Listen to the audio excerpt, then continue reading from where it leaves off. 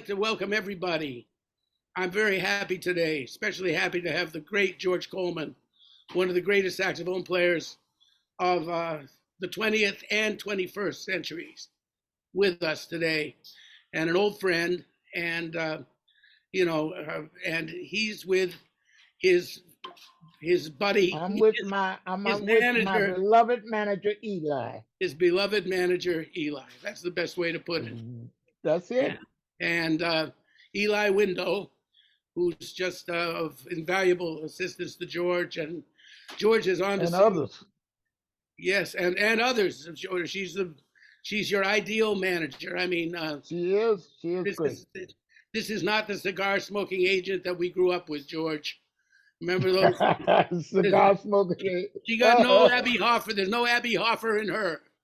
Yeah, that's right, Abby, man. I remember Abby and his son too, Paul, right? Right, Paul. Yeah, but They Abby. gone, ain't they? I don't know where I Paul know, is. I know Abby's gone. I know Abby's gone. Paul, I haven't heard of in years, and he was. But I mean, Abby would have sold his mother if he could have. I'm sorry. Yeah, that's true. Abby, and then his wife too. What was his wife's name? Terry, was it Terry? Terry. Right. Yeah. It was Terry. Yeah. Yeah, well, they didn't do much for me. I was with them for a little while, and well, that stuff for me was okay. It wasn't that great either. But they did what they could, I guess. But man, Bob, these people have left us, man. Almost nobody here. well, that's Me, true. me and you, and a few select few. You got Charles. Charles is still here, and a few maybe. Now Sonny doesn't play anymore though. Sonny's got not playing emphysema. anymore. He's got emphysema. Yeah, But no, he has yeah. What is it called?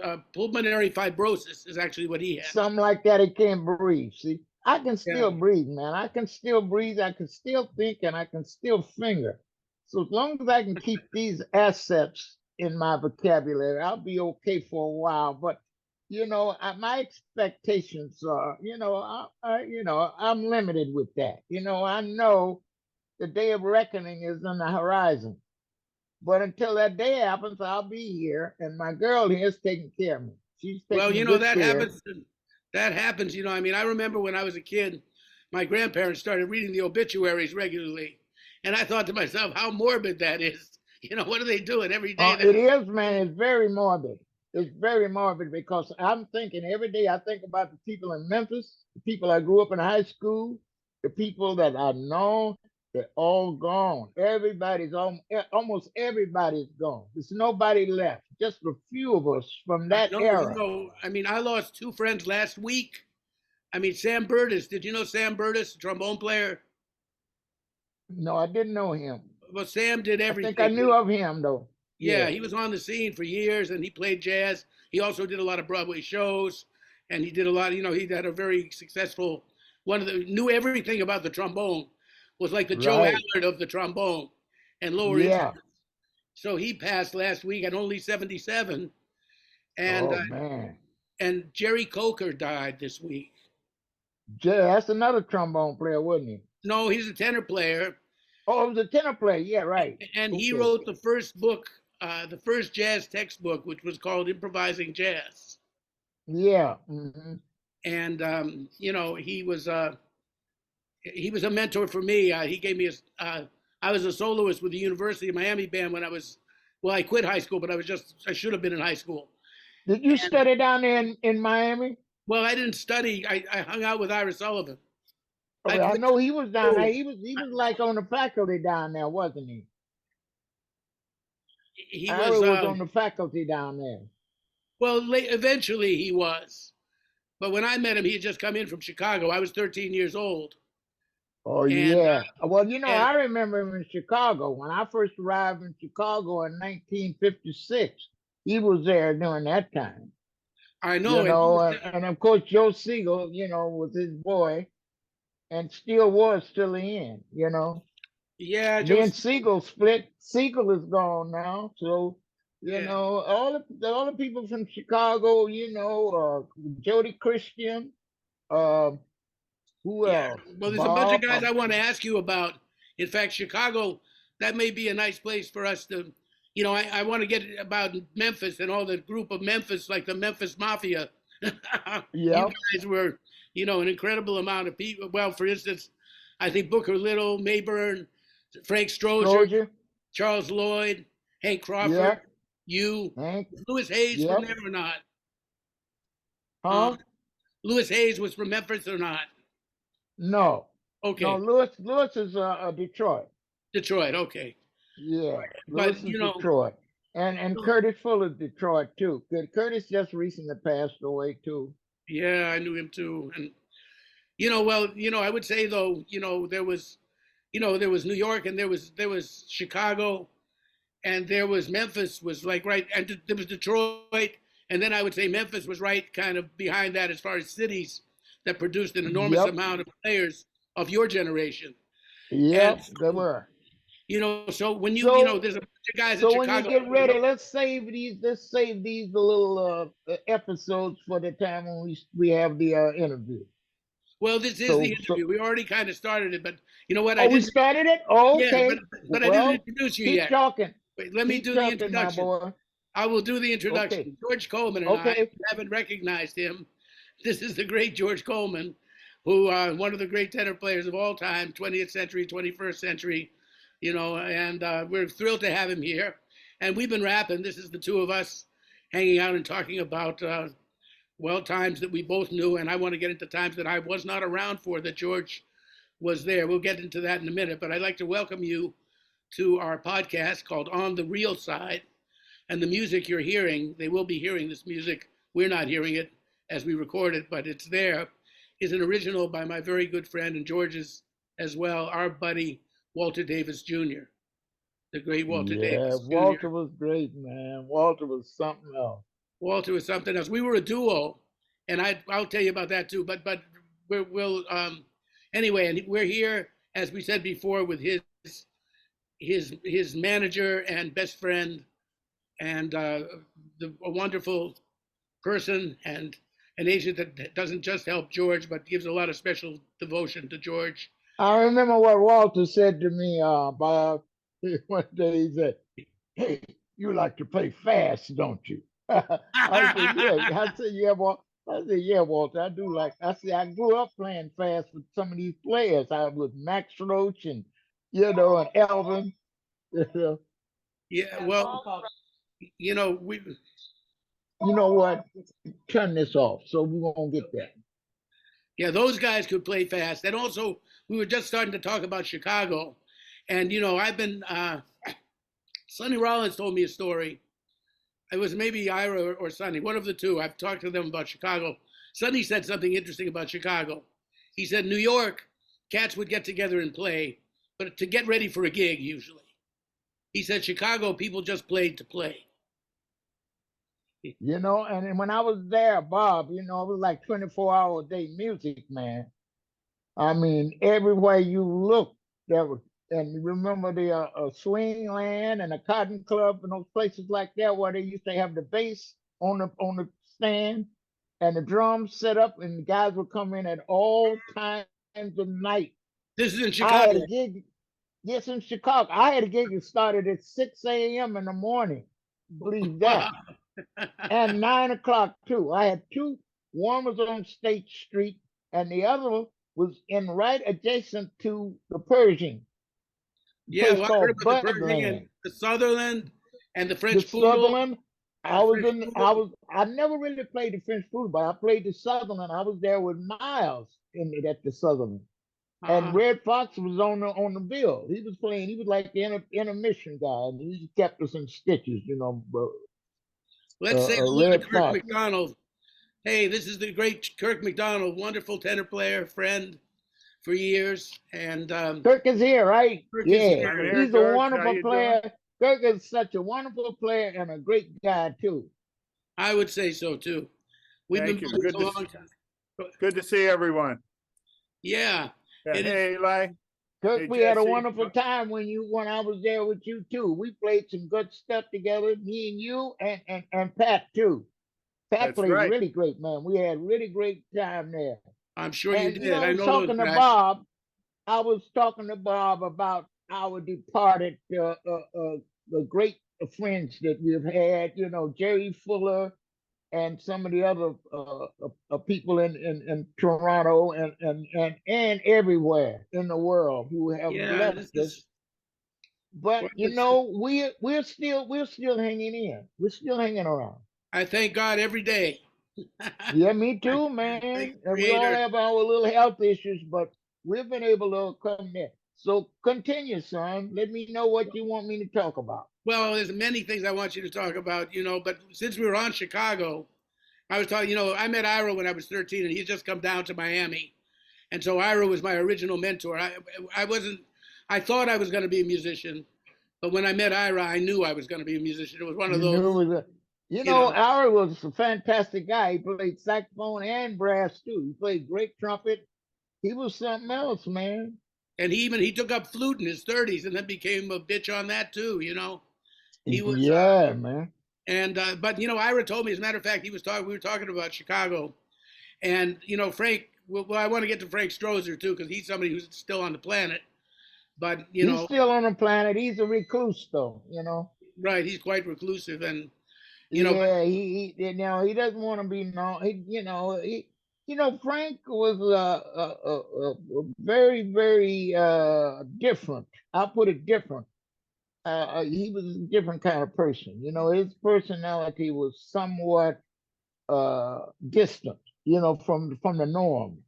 really, So to yeah, speak. I mean his Yeah, he had certain little things that bothered him and it affected him. Like when he was talking about not playing the alto games. Oh man, I can't get a read or something like that. well, And that's really no excuse. I think he was really upset or frustrated by the fact that he didn't get his recognition. I think that was one of the issues that bothered him. well, he certainly should be upset because I'll tell you, for me personally, Clifford Jordan told me once. He said there are players that inspire you, and there are players that influence you and inspire you. So something like, for instance, Cannonball, like with somebody who inspired me because he played the saxophone so great and did this, but Frank Stroger influenced me.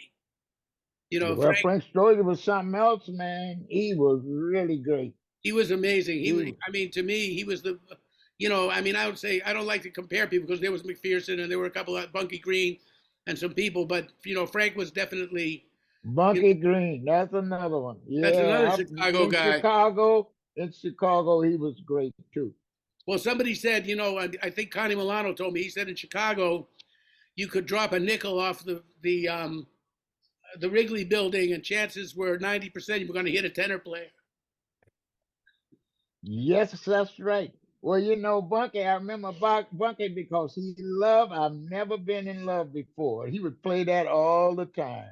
Ah, Bunky would, and he played the shit out of it. He loved to play that tune. that was his I script, never right? His been script. in love before. Da, da, Go da, da, on, da, once da. it's you forever. Yeah, he loved that. He loved to play that.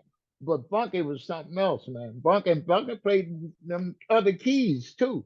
Bunky could play all that. I think he still around. I know he was in Florida teaching down there somewhere. Yeah, I know. I think he's Yeah, retired he though. was at the University of South Florida, one of those things down there, and but I haven't seen him. I heard him about, oh gosh, 10 or 15 years ago at the Newport Festival. I was playing with Esperanza, and Yeah.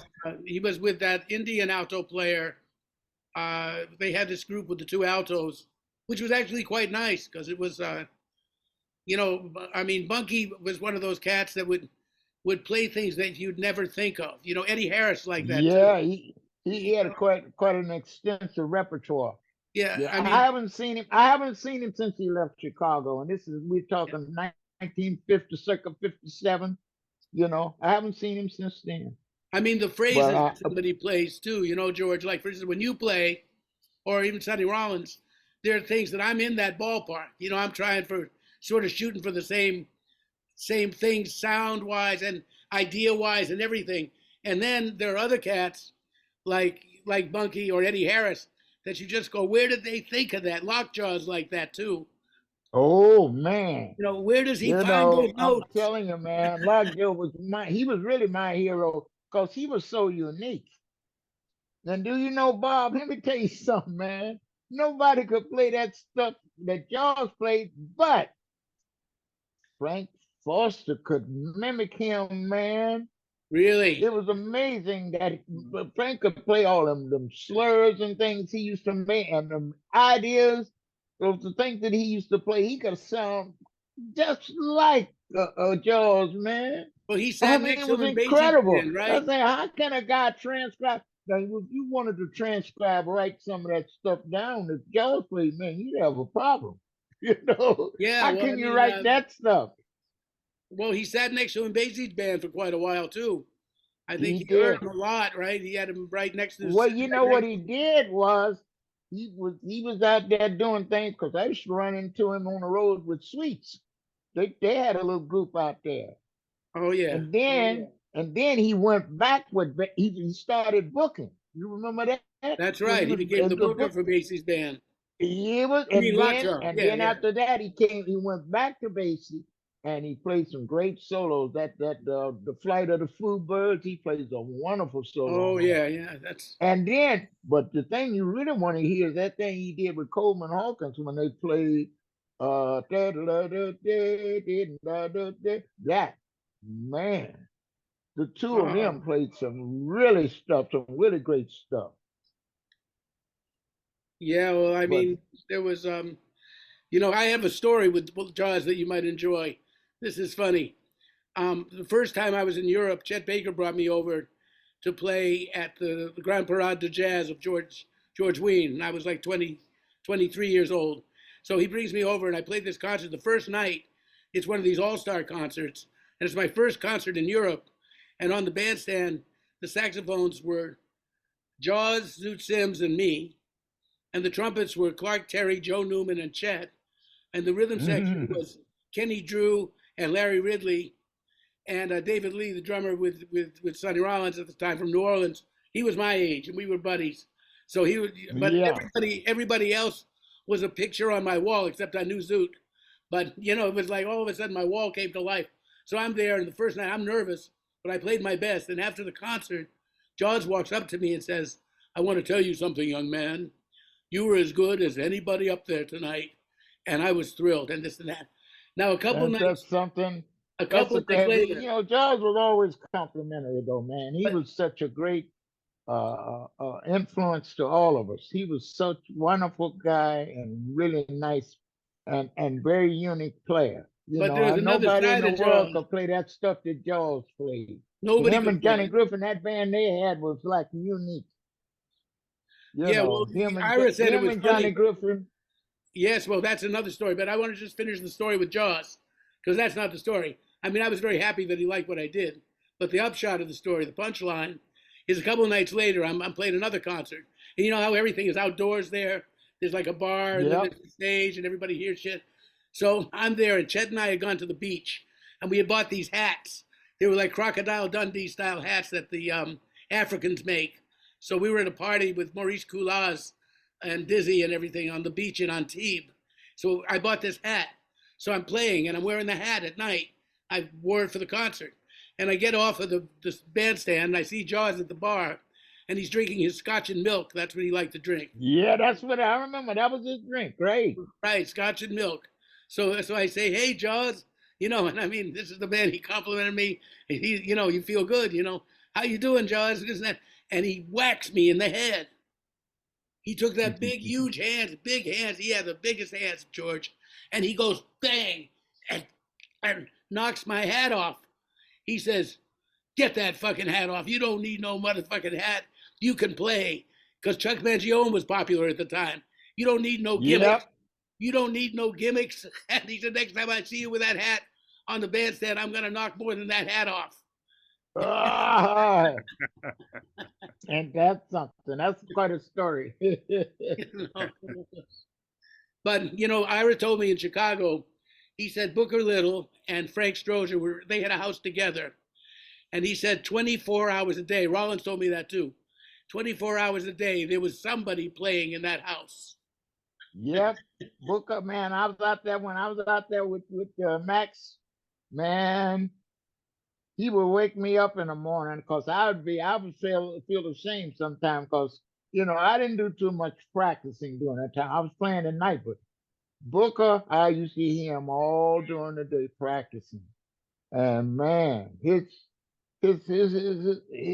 I mean, his technique was phenomenal, and his creativity was great for a man of his that youth, for being that youthful and then knowing as much as he knew about music.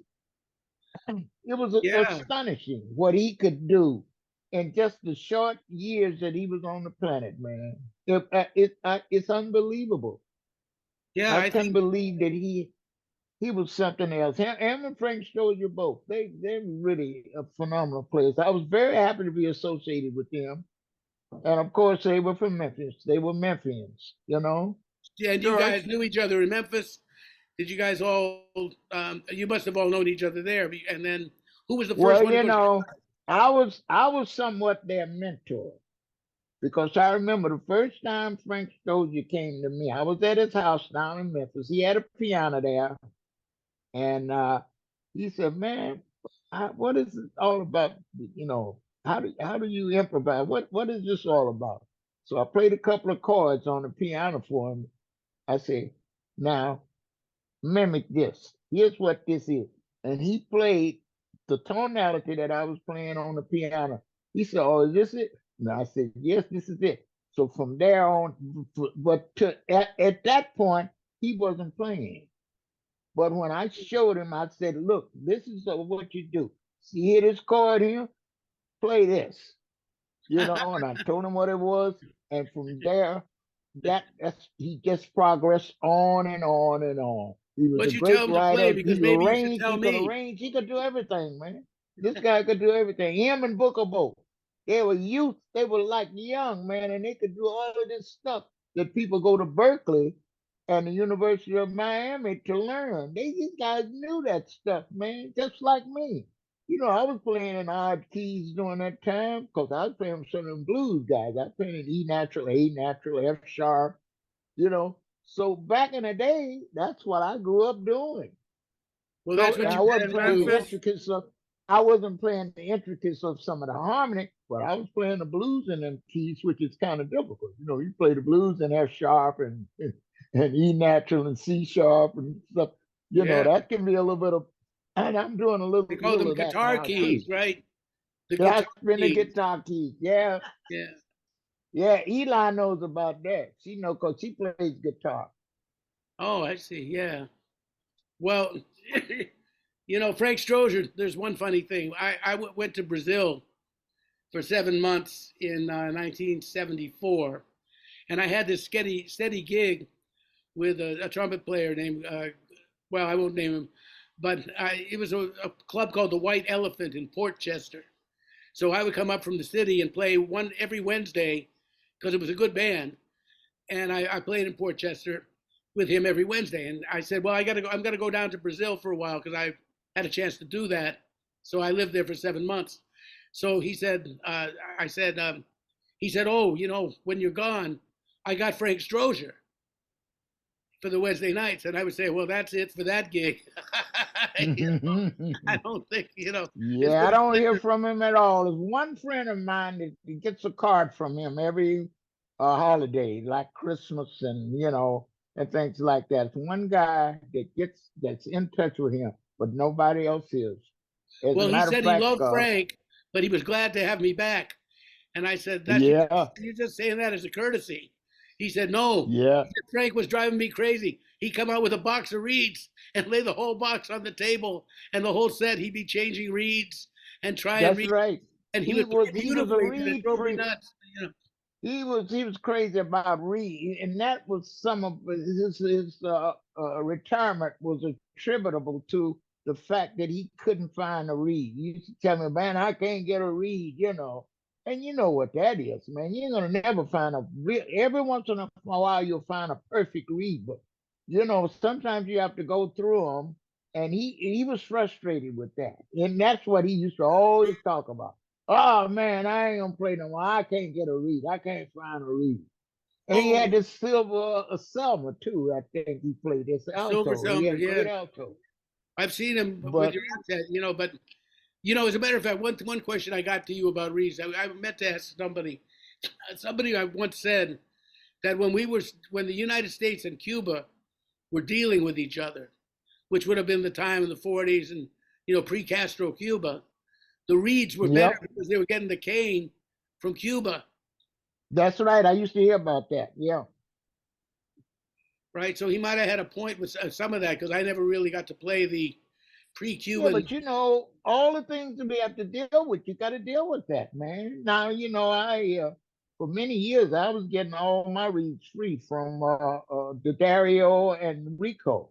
They were sending me for 30 years. They've been sending me reads. Just recently they started charging me a little bit, but that was cool because I didn't mind that because for maybe 30 some odd years I've been on their read list, and they've been sending me reads. They just sent me a box, several boxes, and that's it can be expensive, Bob. Oh That's yeah, expensive. Yeah.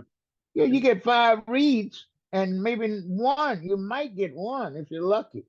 and now you're paying So $20 or more for the 5 reeds. or 30. Yeah, 30 that's what even. it is. Yeah, I mean, you know. So this is a problem that if you let that get to you. But with me, I just went right ahead, and I remember buying a LeBeau's reed for 45 cents. Me too. Uh, Alto, yeah, that was what I was playing. I'm playing LeBeau's, yeah, LeBeau's or LeBeau's. I was playing that, and I would get me and then if it split, you would still play it because you could cut off the end sometime you know, but that was a problem. But I've always been able to get through that. But I you're a just good alto grab player. something. I, I like your alto playing. I first heard you play alto. Well, you brought your alto to Boomers for a minute. Yep, right. That's right. Danny Moore said you're scaring George. I said I don't think so, but he said he wants to play his alto. All of a sudden, he said he's got his alto out. Because I was down the street at Sweet Basil, and Yep, right. I said, well, and I heard you play the hell out of the alto there, and also on a record I bought when I was 13 called Sweet Love Bitter. It was a movie with Dick Gregory about it, That's right. That was by Charlie Parker. and you played That alto was the on it. It was beautiful. and what was the comedian's name? He played the lead Dick role in Gregory, there. Dick Gregory. Dick Gregory. Dick Yeah, Gregory. Yeah. Sweet Love Bitter. Yeah. Love Bitter. Bob, maybe Kirk and George could reminisce a little bit this past spring in Toronto. George visited the Jazz Bistro Yeah, well, I was going to and talk sat about in George. on a borrowed alto, a jam. It Oh, was that's such a right. treat for us to get to hear him play alto. So maybe It they was the could talk worst about that. alto I ever, one of the worst altos I ever played. It was leaking, these guys, I don't see how they play these horns, man. Whose alto was it? Know, Go ahead, you guys. it was, it It was wasn't that. even, it wasn't one of them weird altos, but it was all out of tune, and the reed was bad, and everything But was, George made it sound incredible. Sounded good to me. George made it I sound think incredible. it was the student's alto. I don't recall yeah, it was exactly one of who. them weird altos. It wasn't cool at all, and the pitch Was it was not weird, George? Was it not a Selmer, or was it? Do you No, it wasn't recall? a Selma. It was not a Selma. It was Okay. some kind of off-brand alto that he had, and I thought I Oh, could play okay. it. You That know was my what? mistake. I shouldn't have even bothered with it because I it was know it what was I know what the terrible. horn is because he was a student of mine, and I'm not going to say what the horn was because this is going. Well, George made Yeah. it sound incredible. Isn't that what we Yeah, do no, it tonight? sounded So, fantastic. But yeah, George came up to Toronto to play, I guess twice, right? Just a Man, few I used to months play back. Toronto a lot. When He when used to when come Mo all the Kaufman time. brought, Yeah, you remember Mo Kaufman? sure, of course. Mo Yeah, Mo Kaufman. He was the first guy that brought me to Toronto many years ago, and back in the 60s, 1968, circa 68, 69. yeah, He George's would bring Spaghetti me up House, and every then year. He would bring me up every year to play with these guys in Toronto, and I played with some great ones there. But Jerry Fuller was my drummer. I love Jerry Jerry Fuller. was fantastic. Yeah, he Wasn't he was. something? And Yeah, he was He and And great. Neil then Swainson, Neil Swainson, they were a Neil wonderful team. Swainson, They played great wonderful people. together. I mean, there was a special thing when those guys would play Yeah, together. Jerry and Neil together. I mean, George, I've heard you so many times in Toronto, dating back to I first moved there in 1977. I used to hear you a lot at That's right. Bourbon You stayed Street. there for a long time, didn't you? Yeah, Bourbon Street. You used to come up Bourbon sometimes Street, 2 weeks. George's Spaghetti House. That was George's. my first venue when I first came there. George's Spaghetti House on Dundas, on the corner of Dundas. Sherburne and Dundas. I actually You're closed right. that. I was the last person to actually play at George's Spaghetti House. I did Oh, 2 nights, really? Yeah. 2 nights of a 6-night run, and I got a call from Mo Kaufman. He said, "Kirk, you better tell your guys to get their equipment out of the club. The bailiff is coming Gone. to lock it up." Yeah. And I'm trying to That remember. I was a can't remember wonderful what club, year though, that was. man. They had good food there too. You know, it was really nice thing there during that time. Really wonderful. It's amazing though, Bob. Though you know all these venues and all these people we know. You know, when we look around, it's nobody left, man. The people we knew, they gone. All the people, man. Uh, Everybody, you know, Bob Crenshaw, Bob Cranshaw. Ira Sullivan, and our boy, we was, you know, Jody Christian, uh, Wilbur Campbell, all Wilbur these Campbell, yeah. Chicagoans. I wanted to ask you They, about Ike Day. Did you know I Ike? never knew Ike Day. You know, Okay. Max used to tell me about Ike Day. He said, man, you know, for Max, you know, Max was like the epitome of drummers, you Of know. course, yeah. But he used to tell me about Ike Day. He said, man, Ike Day is really, he said he's phenomenal. And then he used to mention too, Chick Webb. He said Chick Webb was the innovator of the sock symbol. Uh-huh. He said there was no sock Joe symbols Jones. until Chick Webb brought in a sock symbol. He innovated the sock symbol. And if you hear Chick, you know, playing, you can see, man, that it's great. He had great time on that. You know, Yeah, he he was did. really. I've heard So some all of of his these, stuff. all this is historical figures, you know, that we don't think about and talk. I never met Charlie. I always wanted to meet Charlie Parker. I never met Charlie Parker. I always wanted, because he was my influence. I always, when I first heard Charlie Parker play that Cherokee at Coco, I was hooked in. I said, "Oh man, what is this?" You know. So that from that inspired me to start playing alto, Did and you that's hear what I him live? started on. Did you get to hear him live or No, I no, you never never? heard Charlie Parker live. Everything I heard was on record. And that's Uh-huh. when I used to transcribe all those figures and stuff, you know, Oscar for Treadwell and all those things. You know, and those are, and of course, confirmation, that stuff is hard to play, man. Oh yeah, I did a lot of that myself. Mhm. You know, You know, it's hard stuff to play, man. I- And of course, Sonny Stitt, you know, he was another one. he was certainly another one. And you know, there's a wonderful story. Um, Stitt was oh, you know, I mean, when you were talking Cherokee and B, I was talking to Eli, and she was telling me. In fact, I want to tell people about it, and we'll talk about your gigs too, and we'll talk a little more with Eli. But you have made a sticker, or Eli made the sticker together with you, Yep. and it says Cherokee and B. You have one there, here, there, and she showed it earlier. There it Yep. says Yep. George Coleman, Cherokee and B. And there we'll talk about your upcoming engagements and that kind of thing. Where these are that the only way you can get them is they're available at George Coleman Performances. There it is on his saxophone case. Look how beautiful that looks. But Sonny Stitt was the original Cherokee and B guy. Oh boy. He was that was his test to people, you know. And your Well, test, you know, he loved to embarrass. See, that was his thing. He loved to cut you down. Because he tried that with me a couple of times in Frank Foster, but he didn't work. he couldn't throw us, That's right. you I'm sure know. he couldn't, and But he tried. He wanted to test us, you know. oh, So he one did. time I was there sitting in I was sitting in with him and Gene Ammons. So Gene Ammons, Sonny, and me. I was on the stand. So Andrew Hill was the piano player. He was playing bebop during that time. Yeah. So this is Chicago. So yeah, that's Chicago. Right. I knew So that. I was on the stand, and Sonny would try to, throw me out a little bit a curve, and Andrew. So he whispered on Andrew and said, "Hey, change the key." So Andrew said, "Well, there's no need to change key because he can play there too." So after that, Sonny said, "Well, me and Gene, we got this one. Well, you set this one out." So we got this one. You set this because He was upset because you could make it, right? he could not throw us. He couldn't throw me and Frank Foster.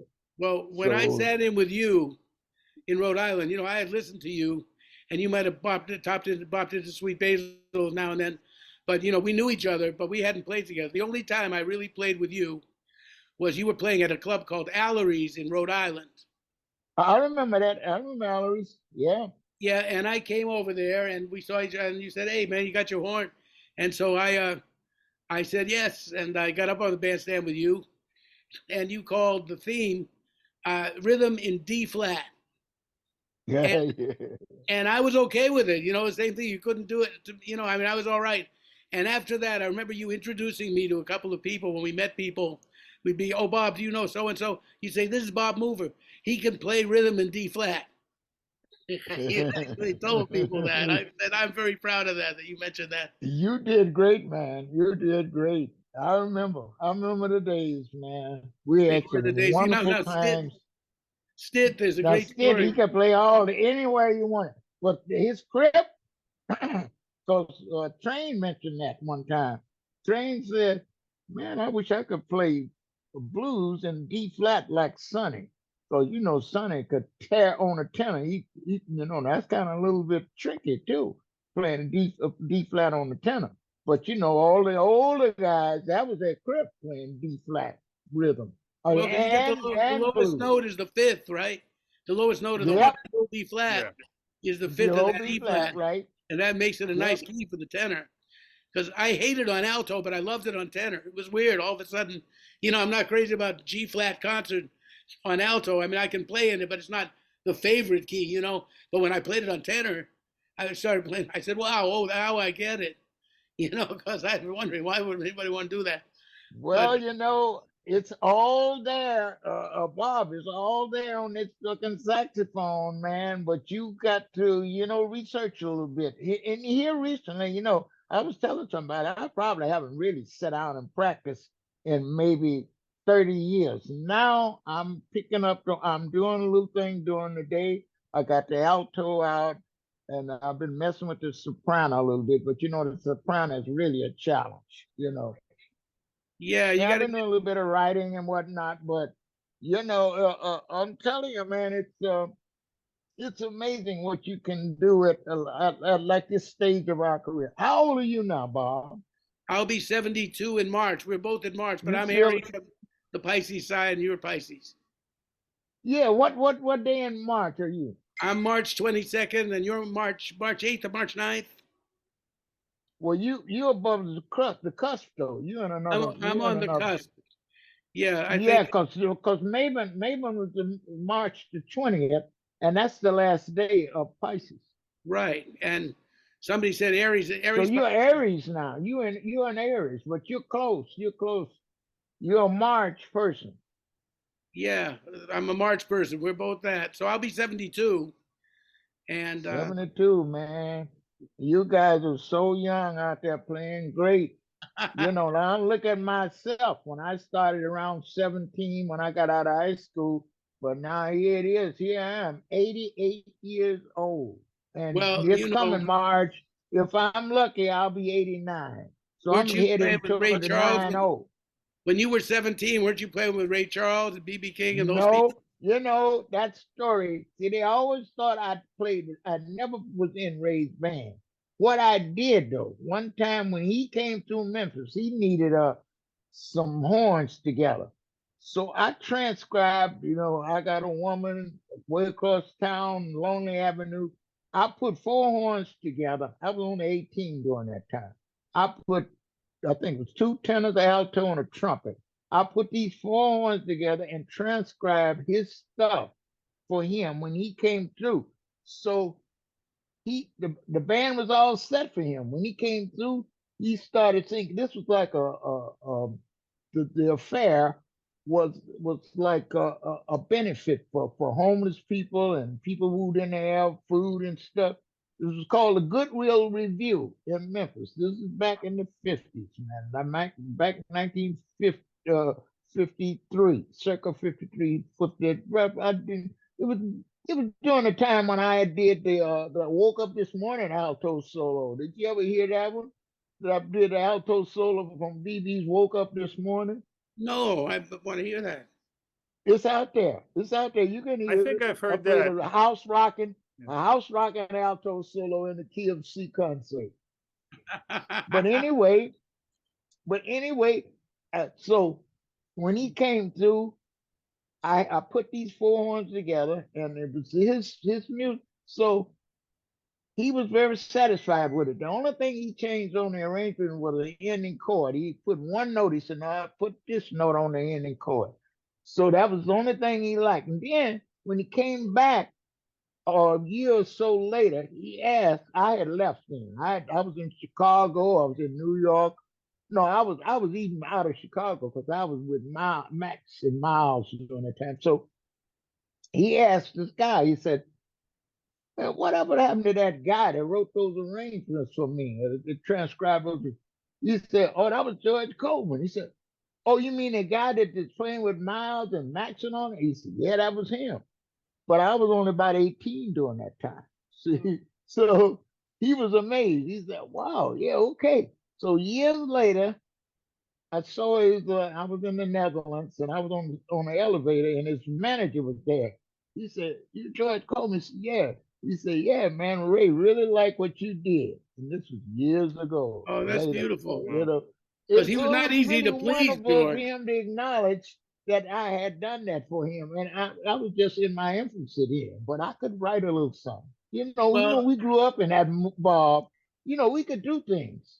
The yeah, stuff that they if you teach had in the horns Berkeley. there, you wrote for them. Yeah, If that's the horns right. were there, you play, and you wouldn't even write them down sometimes. I just say, okay, you play the seventh, I got this, and you guys play the ninth, Oh, we used to flat do that. nine. We used to play a whole note harmony on the blues. If you remember that, guy said, "Well, you take the fifth, I'll take the third. You take this, Right, and that's blah what I blah mean. blah." We just say, you play the flat, you Yeah, play the ninth, you play this, and that's how we did it. We didn't even read it. that's right. The head stuff. We used to Head do that arrangement. all the time. That's And right. and the younger musicians coming up in that time, they didn't. They had to go to Berkeley for that kind of stuff, and they didn't really even teach that at Berkeley, man. Well, there's a lot of You know, reservations about music education that I have, and I'm sure you have too. With just, I mean, one thing I find too with limitations of formal education is that, people get the same music history at 2,000 music schools. And everybody will say the important players were such and such, such and such, such and such, and such and such. And they leave out the iconoclasts. They'll say, that's true. Dexter Gordon, John Coltrane, I mean, Lester Young, of course, Coleman Hawkins, but the kids don't really know them. They know them as names, but nobody makes them sit there and you say Johnny Griffin, you say George Coleman, Yep. you say this and that. And, one or two of them say, oh, well, I've heard him, he played that solo on My Funny Valentine with Miles.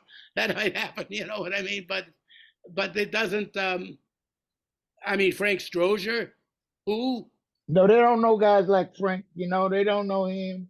And it you was, know, Bunky everybody Green ends and up those guys sounding either. everybody ends up sounding the same because they're getting the same influences because that's who they're told to listen to, and they don't have the incentive like we did to just go out and hear everybody, find out who Tina Brooks was. Everybody, man, and that's You know, what formulated our careers too. Listening to everybody. Don Bias and them guys. Coleman Hawkins. Benny Golson, yeah, Lucky uh, Thompson. the Lucky Thompson was fantastic. Did you He know him? was. Did you have any experiences with I Lucky? didn't know him. I really didn't know him, but I knew of him, and I really know about his great expertise on the saxophone, and he could write too. He could write and arrange. He could do it. These guys could do everything, Bob, and we did everything too. That's true. You know, I mean, we were right there, and I always tell people, they say, "Well, man, why did you study?" I said, "Man, nobody." My study was with these guys that I used to sit down on the piano with these piano players, and they would show me the minor sevenths and flatted fifths, because that's what they call them. The half diminished and the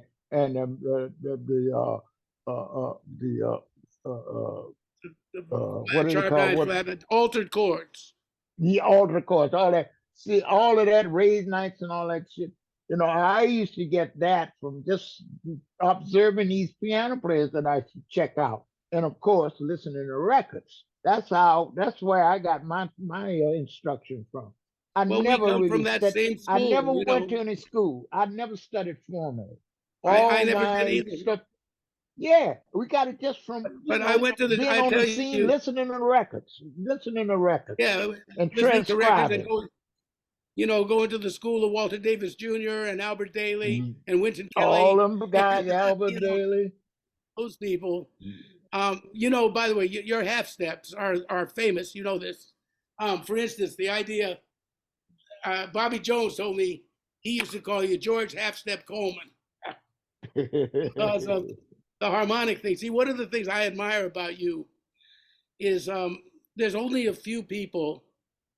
I mean, there are a lot of saxophone players, but not everybody has like really mastered the turnaround. That's what Albert Daly told me one time. I was listening to Sonny Rollins, and Al and I were best friends. And Al says, "You know what makes Sonny different from the other cats?" I said, well, many things, but what is that? His rhythm is. He said, no, even more than that. I said, what? He has completely mastered the turnaround, and I could Yep. say that about you. Another guy was another turnaround expert, Kenny Dorham. He would play Oh those yes, ladybird turnarounds, man, with so much. And he didn't have to do the 1, 2, 3, 5. He would play the lines going through those the turnarounds. melodic lines through them. Yes, That's right. So George. When I was 17, I used to go over. Do you remember Amos? yeah, I remember almost. Amo was the bartender at Slugs. Remember he had that after hours club? I remember Slugs. He was a bartender at Slugs He for a was the while. bartender at Slugs, and he had his loft on 21st He Street. had he had a very very tragic demise though. Oh Did no, you what hear about happened to that? him? No, what happened to him? Okay, here's what happened. He was selling drugs.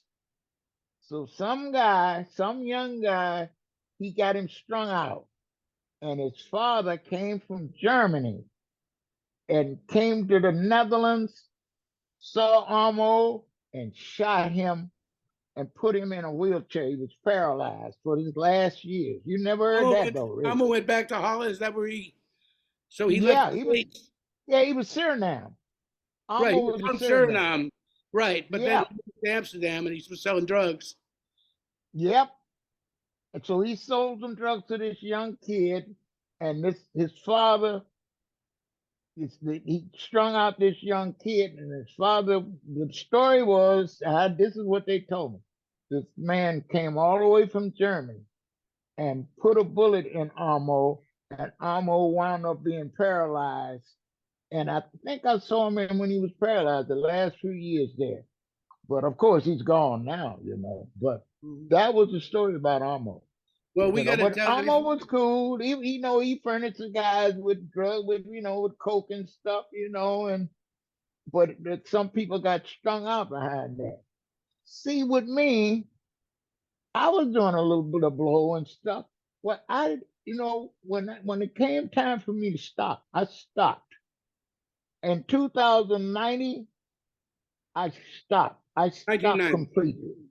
Yeah. And I ain't had none in 30 some odd years. I haven't had not one drop. I'd be afraid to take a blow now. If I took a blow Well, now, I'd be scared.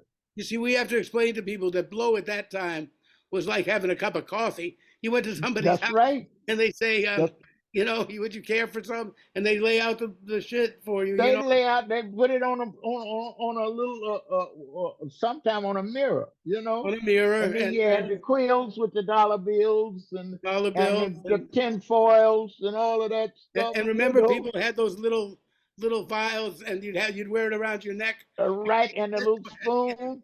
Yeah, the little spoon and the little vial, Right, but you couldn't wear it if you were playing because if you'd sweat and it would melt.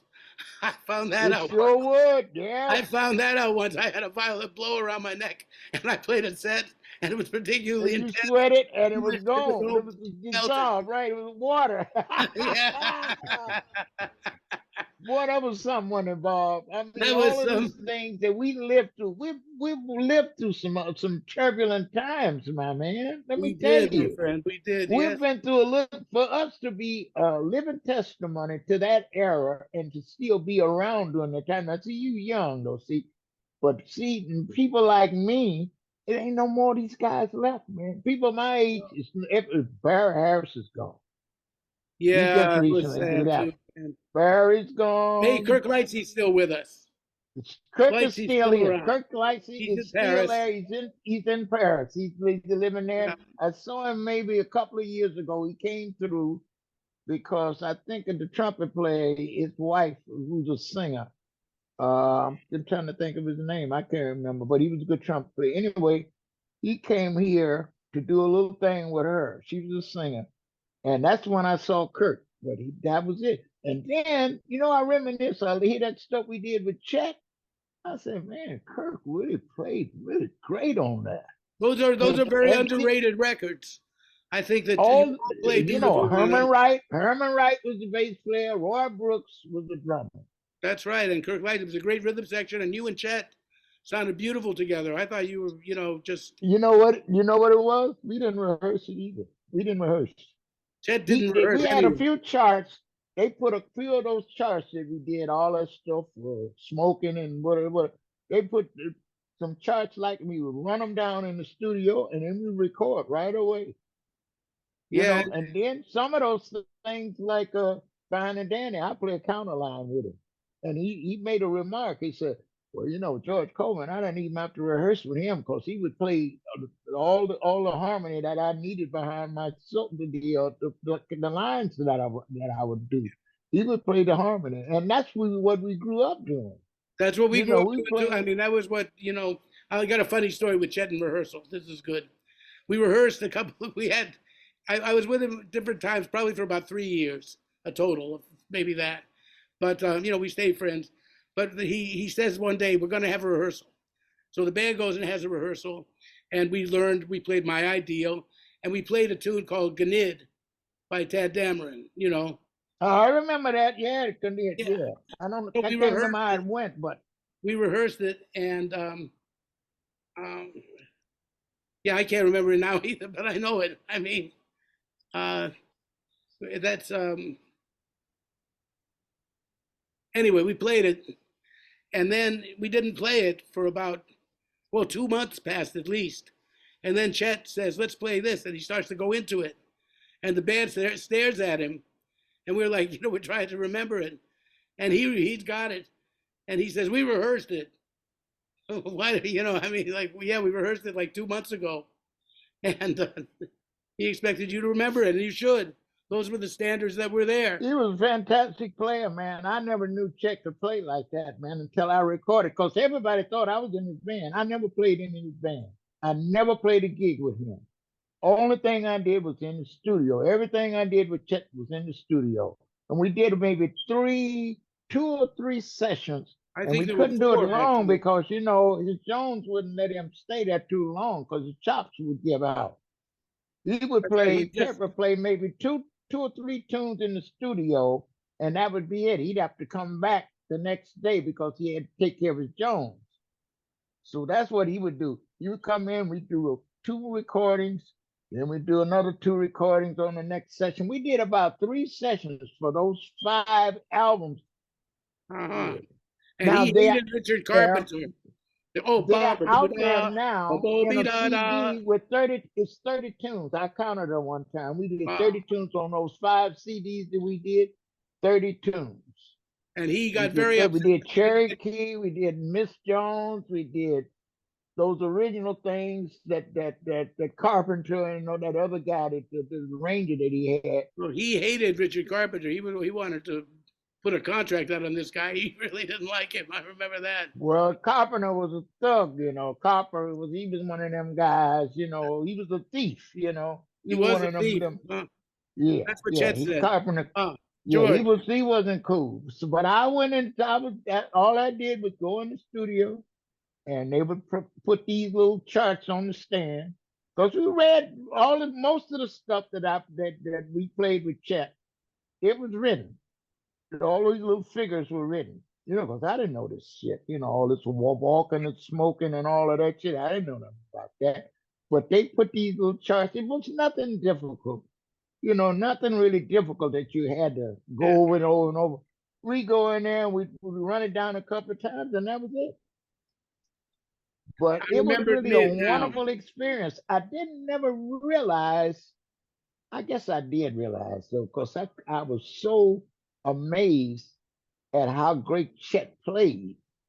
Because when they used to talk about Chet Baker, there was always Chet Baker sings. The West Coast, he's trumpet player from the West Coast. He just sings, which he did sing good. I like Chet singing. Mhm. You know, But his he was heart was in the great, East Coast. He was a Stone Charlie Parker man. He had played with Bird when he was man. 18.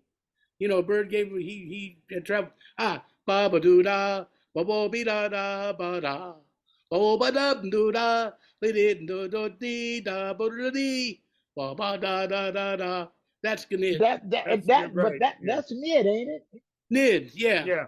He's got a Yeah, G in front of yeah. it. See, I It's remember the that. word ding Da da da backwards. da da da da Da da da da da da da da da da da. da. That's Tad Dameron. Yes, it's Tad Dameron. Da da da da da da da dee da da da bo do ba dee dee doo dee dee da doo da da da da da da dee da da da da da da. Yeah, I wrote out. I remember all of them, man. I I lost my remember them voice with things. this. I lost my voice with this operation when I had the tracheostomy. I can't sing anymore, and it's really frustrating. Because I bet you sang with a lot of records. I could hear that in your playing because you Well, have such a vocal singing style. is the whole thing. Isn't that the whole Because thing? when you playing the That's horn, you're singing. that's the real ear training, right? Well, I don't know. We're gonna see. We're gonna see, Eli. We're gonna, We'll see. Maybe George will sing on one of his upcoming records. I would We'll love see. to. I bet you could sing your ass off. Well, yeah. If I had the voice, I could sing. My voice, I don't have a good voice. I don't have a I good don't. voice, but it didn't stop I me. get through it. I get through it, but pitch is more my problem with, and keys too. B flat and A flat is my best keys, I think, because I did that Mayor Koch thing. That was in B flat. Eli, why don't we come over here for a minute, please? And let's talk about George's compositional skills. While we were talking about that, like learning to write, this and that. I mean, Eli sent me this thing of What's Going On, which is a beautiful arrangement. The voicings are just wonderful. I would love to hear a real choir, even like Barry Harris's choir would be nice. The voices, I could hear what you want to do with them, but the rest of it, the voicings are wonderful. And you've been doing a lot of writing these days, Eli was telling me. Well, back in the day, I used to do a little bit of writing. These days, I did the quartet thing where I did the Lojo dedicated to Joe Henderson. And Amsterdam turned out to be almost like a standard, Oh, Amsterdam After Dark, yeah. that one. Yeah, I know them. And George's been writing. He'll call me up and say, "Hey, grab a pen, write this down." So George's been writing. Because you're a schooled musician too. Eli was a graduate of the Cincinnati Conservatory. I know. I didn't She told me That's all right. all Then you're about one it, of us. and I've experienced some of her musicality, and it's fantastic. She plays guitar. She's got the double reed instruments. She got oboes and bassoons. She plays Really? those things. She plays guitar. She plays piano. She She played some classic stuff for me today. I thought it was one of yes, damn, what the hell is that? He thought it was a demo on the I keyboard. thought the it other was a day. man and it was her. She was playing all of this fast stuff with her left and right hand, classical music. Huh. And I said, God damn, man, wow, wow. I mean, I love music. she sounds like I knew she's you a do. real. Well, she said she studied classical piano, but I didn't realize how good she was with that, man. She really plays really wonderful classical music, and she's a composer. You know, she does great compositions and all of that stuff. You're writing some stuff It's together been a- also, right? You're It's been a thrill for me- collaborating. Yeah, it's been a thrill for me because I'll play him one of the tunes and he'll help me harmonize stuff on and I'll help him record one of his ideas so that he can get his ideas. Listen to. Well, I just got him a cassette recorder so that he can record his ideas easily. And I think that, you know, if you're a musician, you have music bubbling. It's important to get those. Well, I I'm got so my happy. keyboards over here. I visit the keyboards quite regularly. Just like today, I was over there messing around on the keyboards, you know. And that's one of the things, Bob, that has helped me through the years because when I was back in the day, I used to sit on a piano with these guys down in Memphis. And they knew all the stuff. They knew all about the minor sevens with flatted fifths that they call, that's what they call them, minor seven flatted fifths. They call them half diminished have now diminished chords, right? or something else. Yeah. Minus 7 flat 5. So you know, -6 with the 6 in the bass. That's what they'll That's call them. what Dizzy called them, yeah, and -7 flat 5 now. that's right. Walter That's Bishop what called them Dizzy used that. to. That's why he used to talk about him. He said, "Yeah, -7 flat 5," and then Barry Harris. You know, he was like, "Oh, it's nobody else. It's a -6 with 6 in the bass. So there ain't no such thing as -7 flat I know, 5." I've been You through know, that that's with what him he too. used to say. You know what he hated? You know, it's like his word was law. You know, but you know what Barry Harris, hated, that was what George? his teaching was. You know what he really didn't like? Yeah, there's When you no play- such thing as a -7 when you flat play 5. the It's -7 flat -6 with 5, the 6 in the bass. but when you play that chord, that's how he would spell it. You know, but I Yeah. would always tell my students, I said, man, it's -7 flat 5.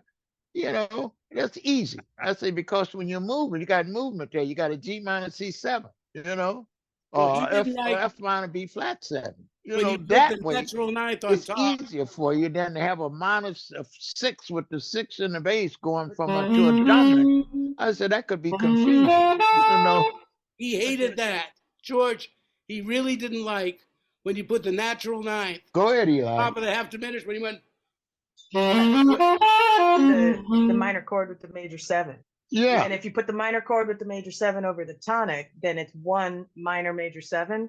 But if you change the bass note from tonic to dominant, you don't have to change your voicing at all. You have a 5/7 augmented. Yeah, that's right. Yeah, it's different things happening, and one note can make a difference for the chord, the spelling of a chord. Changes the whole Yeah. landscape. See, now these are the things that they may or may not teach you in the University of Miami or Berkeley. See, you know, because I know a lot of guys, they don't get what they're supposed to get from Berkeley, from places like that. No, they don't, because the people They don't. get a lot. They get you know, good technicality, but to Not really everything. and to really understand how to apply this to your playing is another story. See, that's another thing. That's true. I think one thing that's You missing. know, so through my teaching that I've done for the past 60 or 70 years, I've learned a lot from just teaching and people, and I've had people that I've taught. There's one guy that came to me and he was studying saxophone. Now he's writing movie scores and conducting not too long ago he conducted the New York Philharmonic. No kidding. You know, and it's one of my students. When he came to me, he was just in his infancy. Couldn't hardly pick up a horn. And now he's writing music scores, movie scores. He's arranging for big orchestras, everything. So and when I hear things like that, it really makes me feel proud. And I feel so good that these people that I had David Sanborn too. You know, Dave and I used to practice David was together. David came to With, me 40 he showed years me what ago. you showed him. He wanted to learn something about harmony, and he said that after he came back to me, he went to this band and played. And he said, "Man, you sound different." He said, "Well, you know, I was studying with George, and he showed me this and that and the other, and it was really rewarding for me to hear all of these great feedbacks from different people I've had. There was a guy in Reykjavik, Iceland, that my son went to visit just recently. He said this guy remembered me from 20 years ago.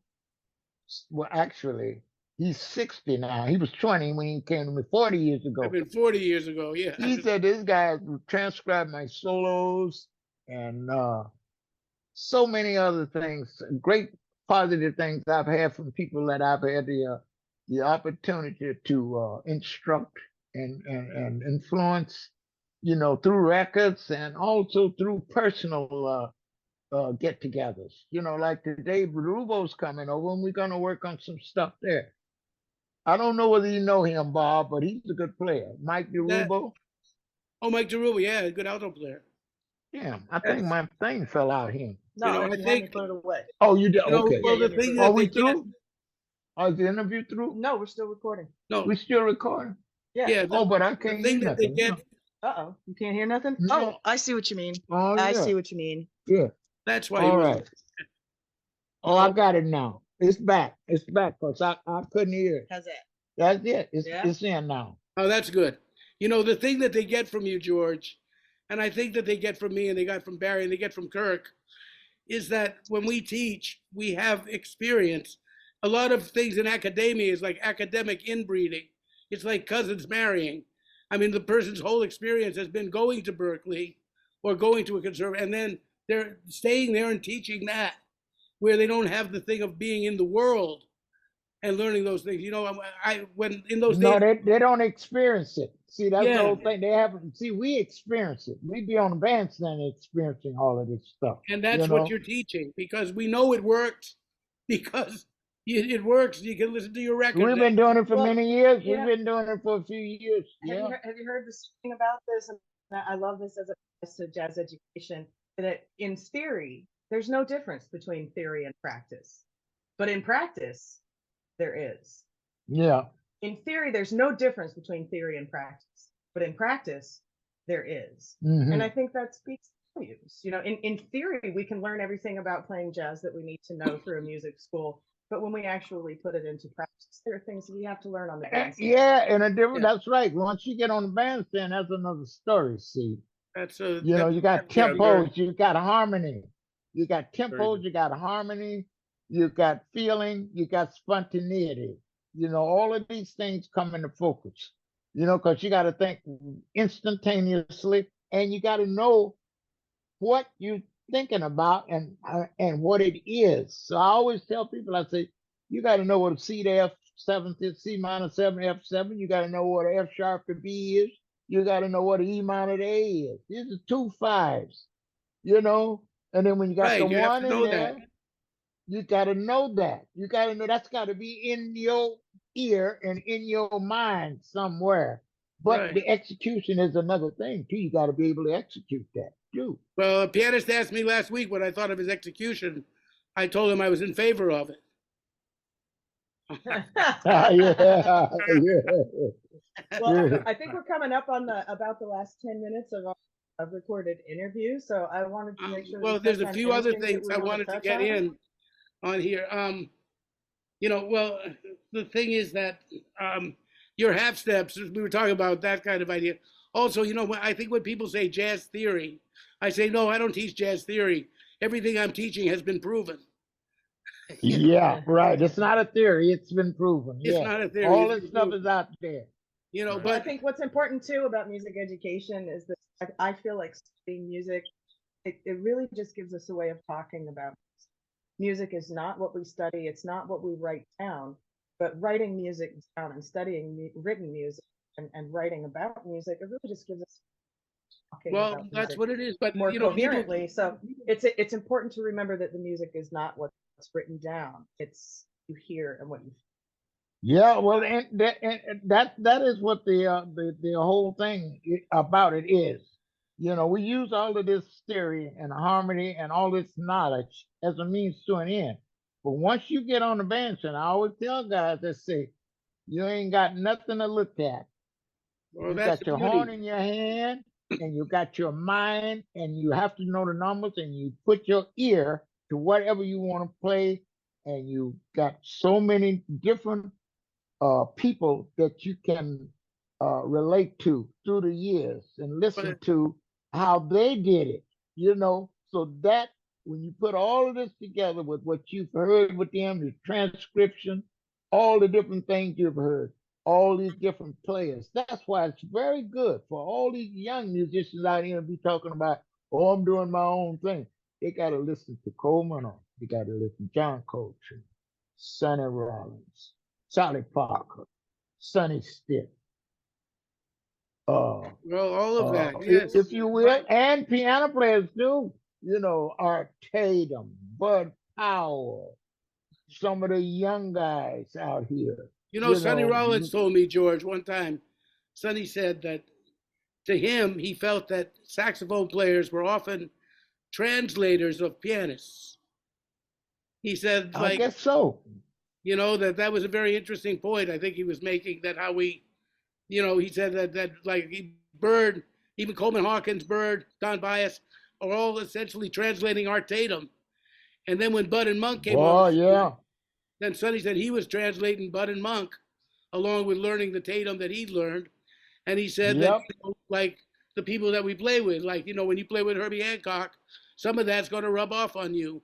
When we played with that's Albert true. Daly, which we both had that experience of playing with Albert, I was Albert so Daly much was fantastic. They released something with me and the band, me and Danny Moore, Albert Daly, from Baltimore, right? Larry Ridley, and Yeah.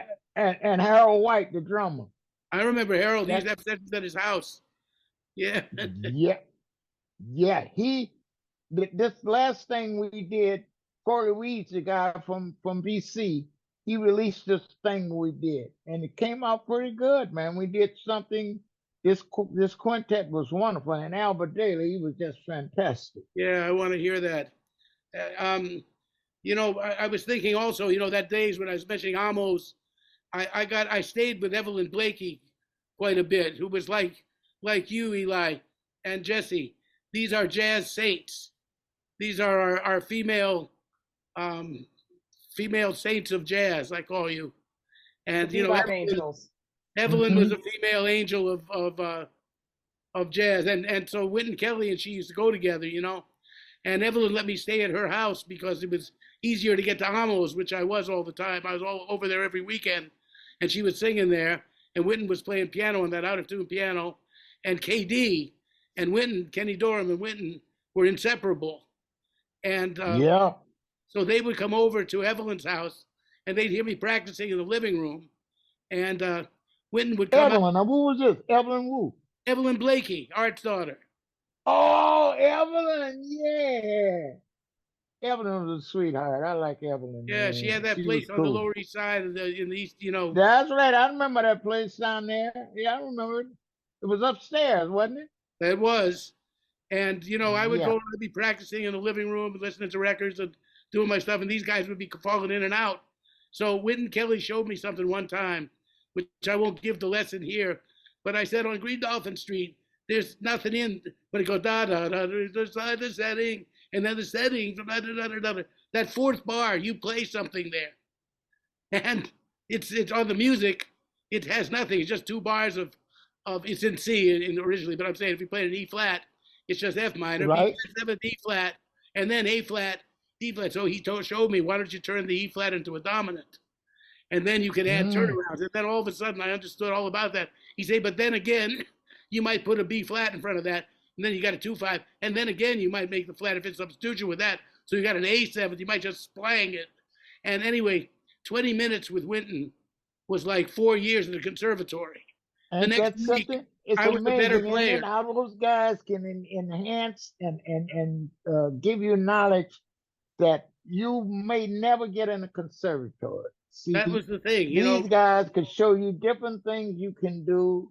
Even in my latter years, I deal with a lot of in different approaches to different dominants. I do triads on some of the dominants, the raised nines, the augmented fifths, and all of that stuff. I use that triads on dominant chords now. Oh, me too. I love him. Kirk too. Yeah, we notice. See, it's important to know it, but to perform it is another thing too. But you got that saxophone there, baby. You can't see nothing. You just got to feel it. It's got to be in your mind, and your mind has to tell you where your fingers go. See, that's right. the whole thing about that. Yeah. So, that was, KD, for example, Kenny Dorham. One time I say, I'm getting lost sometimes on these tunes. When they play a tune, they played It's You or No One at the session, and I stepped all over myself. I was like 17. I had never played that song before. Yeah. And I got lost, and I felt like a fool. It was terrible. So I said, KD, how can I? Because nobody brought music. There was no real book. You didn't bring music to a jam session and read nothing. You weren't allowed that. That you had to know that. You had to know that. So if you didn't know the tune, you had your ears and you had your horn, like you're talking about. You had to feel it. And so I would not always get it right. So I'd say, what's a good way to do that? And KD said, look for the diminished chords. There's a diminished trail through everything. He said, if you can hear the diminished chords, you can hear whether it's a 5 of a 1 or it's a secondary dominant, it's a 5 of a 2 or 5 of a 5, but the diminished chord, it's all in the secret of that. That's right. That's right. See, and them double diminishes, that's really in there. Them double diminished. Because if you deal with diminished, you only got 3. 3 down 4, there's 12. See, right? So if you get those 3, you got the whole spectrum. You got again, you got a chromatic too. The chromatics will get you through whatever you want to do too. But it's all the application of all of these different devices that we have to come in contact with. The stuff that they might not teach you at Berkeley. See? Well, that's the George half-step Coleman. Was you I hear you do that. You play like on a D7th, for instance. I would hear the diminished chord, the F sharp diminished that goes with the D7th, but I'd also hear the sharp diminished because you're playing the A7th, which is your back cycling and playing the turnaround. There's the 5 of that, and so you're using that diminished chord too. So you're using both of them. That's how I understood that. That's right. But if you get those diminished down, all the double diminished and stuff, you can do a lot of things. I've got some chromatic stuff you can do on giant steps too. I'm sure you do. I've heard you play giant steps. It's so and it's a lot of little. I got some figures. I gave my boy Eric Alexander one of my figures of that, and he uses it quite often. On the giant step stuff. And he does it quite well. All of these guys that I've come in contact with, I must say that I don't like to take credit because I say it's your talent that makes you what you are. But they say, man, you gave me the spark. You have done that. You gave me the catalyst. George. You gave me the catalyst to start doing what I'm doing. And I've utilized some of your old concepts. And that makes me feel good when they say I've utilized your concept and they've really paid off for me, And we want to let your listeners know as well, Bob, that George has masterclass available for masterclass educational opportunities for students at universities and conservatories, and for some of our students, we do give masterclasses. George teaches masterclasses. So, for example, the large group ensemble performance that I sent you a video of previously was the result of a masterclass which had taught there in Toronto. Oh, that was part of a masterclass. Yeah, it was part of. That's why there were so many horn players at Jazz Bistro, and those were almost all student musicians playing in that clip of me conducting at Jazz Bistro. That's George's large combo arrangement, but those are student musicians, and some of them only got one rehearsal on that music. And so George is offering those master classes as he's performing. So we do want to let your listeners know that for select students in select cities coming up, George will be giving some master classes. And if you're interested, ask in the city where is coming Bro, soon, George and is, ask if there's a master class available in your city. Yeah, that's yeah, George wonderful. is one I of mean, the great. we did, well, both times that George came up to Toronto, we did that at the bistro, right? Yeah. And this time, Yeah. yeah, you wrote some music. Is Kirk with us now? Yeah, that's Kirk I'm speaking. still here. Yeah. How you I'm He's doing, having my a boy? family. I'm doing good. I'm a fly on the wall. I'm really enjoying You hearing were you wonderful, talk and son. You Bob. were And really wonderful. You and Pat, man. You guys really was so fantastic, man. It was wonderful. And then when I went to Montreal, the French pianist there, oh what's his yeah, with name? the Jean-Michel? Jean-Michel Jean and Michel, he was wonderful. Him and of course Ira Coleman. Ira Coleman, And the drummer was the drummer's the name of Andre White. Thank you. Oh, Andre, I've White. noticed him. Andre White. He was Andre good. White, He very was good friend of mine. Yes, Andre and I worked together a lot with Harold when he used to come up. Yeah, right. Yeah, Yeah. and Yeah, I did a know couple Harold of was records with him. so thrilled with working with you because he would But, always mention you when you would go to Toronto and play with him, and he would play with you. He said it was really magic. You it was so inspiring to him, and he said, Maven said, he said the Neil Swainson helped me through some of that original music of yours too. He said, Swainson said, man, I'm so happy Swainson was there to help me through some of this stuff that Kirk had put down. 'Cause Oh no, he had some Harold really sounded hit stuff there. fantastic. He was very He inspirational, was as great, you've wasn't he? been You know, I for haven't heard. I'd years. like to hear some of that too, Kirk. I'd like to hear some of that stuff that you guys did. I'll send you some links and the CD. You know, I'm going to be in New York in March, so hopefully, if you're around, That'll be great. That'll be around my I'll birthday time too. I'm oh, March that's 8th is we're yeah, going to be there and they're right gonna do a around that record time. release. They're gonna do a record release on this thing I did with the One for All too. I did a couple of tracks with them, That's right. and Oh, somebody okay. said it sounded pretty good. They said That it, will be on I Spoke haven't heard Session it. Records. Right. Right. So Spoke upcoming Session performances, Records. George will be performing March 1st and 2nd at Regatta Bar at the Charles Boston. Hotel near Boston. And then March 14th through 17th, we'll be celebrating the One for All record release on Smoke Sessions Records with a performance at Smoke. So March 1st and 2nd in Boston at Regatta Bar, Charles Hotel. And then also March 14th through 17th. 14th through Smoke 17th, to 14th, celebrate a 15th, record 16th, release. 17th. Make Right. sure you come see George Coleman in Boston and New York this March. Yeah. And on gonna be top of good, that, man. you can remember you can still get a Cherokee and B sticker while they last because they may not be more of them. So we're pushing those. That's right. It's a There are collector's, it's a so collector's many. edition. There are so many people out there that love playing that tune in B that they're not going to last. They're going to be gone very quickly. well, you know, Eli, she she created this Cherokee and B, you know, because I was doing it, but she said, now it's a big thing. She made a sticker and everything, and now I'm doing it quite a bit, you know, and it's fast too. I do it real fast. And actually, you know, I'm still trying to get it down too, you know, because it's a lot of little things. When you get to those tonalities that you will know, Bob, Yeah. you know, it's your fingers, you gotta find your fingers have to tell you, your mind gotta tell you where the fingers go. Because it's on the horn. The intervals might be a little bit strange, you know, not strange, but you've got to go over.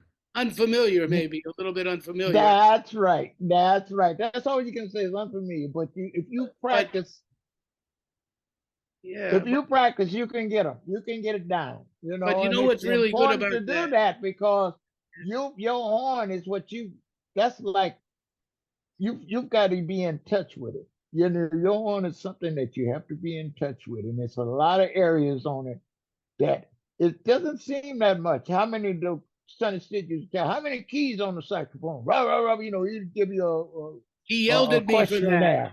He yelled at He me. get He said, he "You told you don't that, know right? How if you many you keys? call yourself an alto player and you don't know." He hadn't heard me play yet or anything. In fact, I didn't Uh, stand with him because he scared me with that.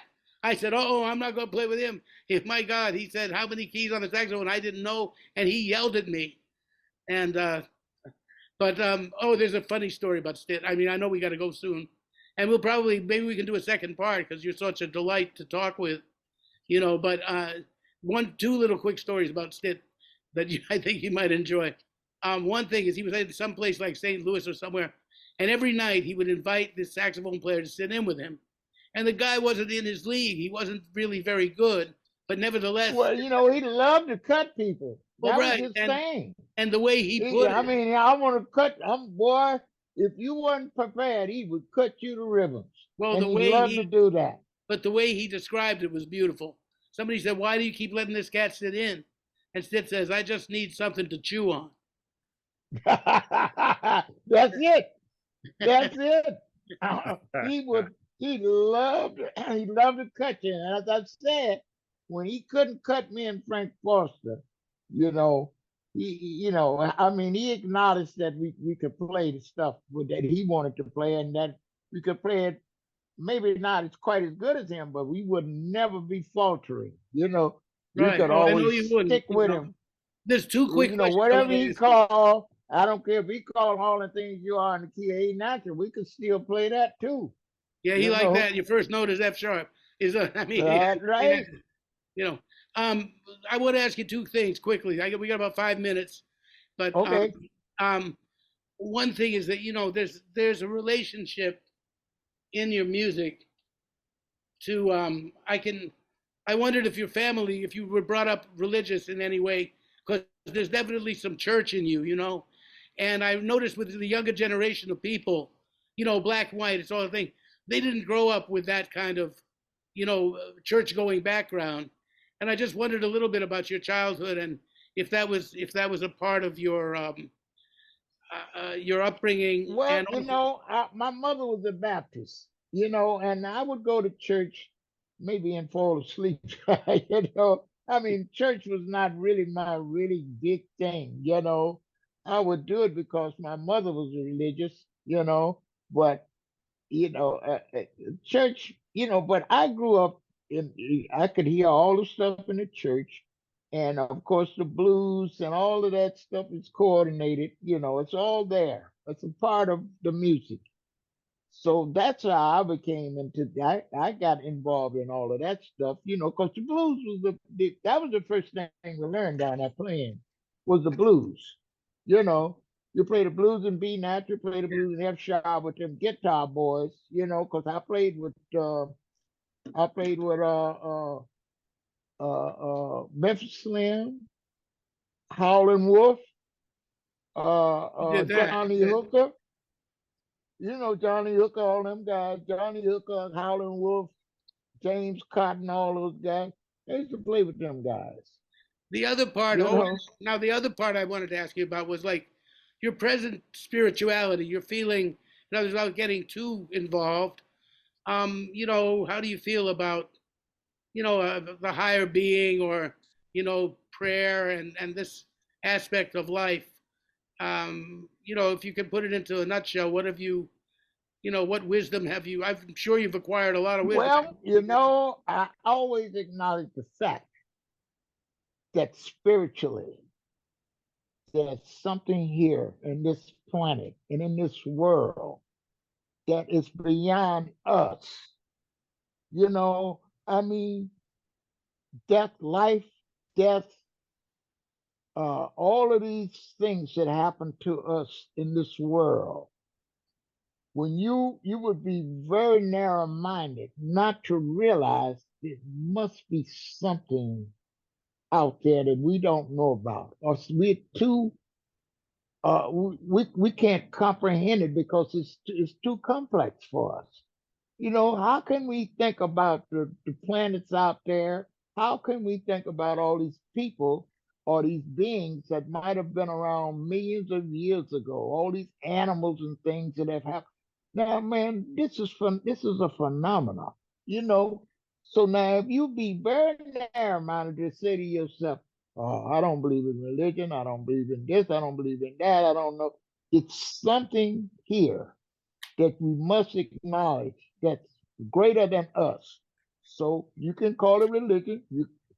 Whether you want to name a deity, Jesus Christ or any of that, or Muhammad or all of that shit, I don't adhere to that. I adhere to what Ahmad Jamal used to. He used to always say. Of course, he was a Muslim, but he would always say the Creator. So that's when I think about God and all that. I think about that term, the Creator. I feel much the No, same. nothing individual like Jesus Christ or Muhammad or whoever else. Or this all of these different religions. I would. And I'm not a free thinker either. I'm not. I'm. I'm not an atheist either. But I'm you, an agnostic. You know, I feel like I might not know about all of this stuff, but I would be very narrow minded not to realize that there's a higher power out here that's created all of this stuff. Look at the human body, for instance. That's probably one of the most complex things that you will ever encounter on this planet. With all our different things you have, your heart, your lungs, your internal organs, your brain, all of that. Where did that come from? Where did we come from as human beings? That's when you start thinking about that, you got to say, hey man, something's out here that we don't know about. that's a You beautiful way got to to. put it. It's true. That's There is, it. We don't know about this, man, but it's something out here that's much deeper than we could ever fathom. You know, it is. it's nowhere in the world we could think that we could be on this planet and not look at ourselves as human beings and realize what a great workable machine we are as human beings. We're probably the most religious thing you could ever think about. The creativity of human beings with all the stuff that we have within us, all these different organs that perform for us. The Our soul. heart, our heart, our lungs, our our stomach, our blood, all of Our this, soul our inside of us. soul, And our everything brains. here, And our our brain. brains. Now, where it is, because they always talk about brain. Say, well, we're going to use just a fraction of our brain. The other is little dormant. We don't even use it. Now, with all the stuff that this little small portion of our brain furnishes us, it's amazing, ain't it? Suppose we could get to the rest of that brain. What great wonders would we have? We might have immortality. Who knows? And now we know what we're going to. Next time we got that. I got one more story about Stitt, which I think which is involving this subject. But Okay. also, one time Cedar Walton grabbed me by the head at Bradley's, and he just came over and he banged me on the head and put his hands around my head, and he said, in a mad scientist voice, he said, "I have always admired your brain." And, You but Cedar was something else. Cedar was he was an intellectual. Cedar was an intellectual and a great musician, you know. he was, And man, he did a sometimes I lot. realized I don't think he really knew how great he was because he would always be laying back. I remember one time he called smoke smoke gets in your eyes. And they would always test me. He would say, smoke gets in your eyes, kid, D natural. I said, okay, great.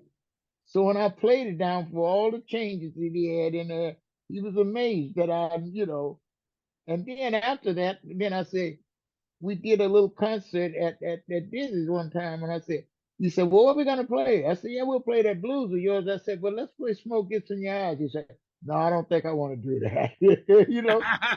He had always he forgot. I mean, he was like tentative. He was, he didn't realize his potential. I don't think, but he was a great player, man, great He musician, was. great composer, and all that. And so was Sam Jones and Billy Higgins.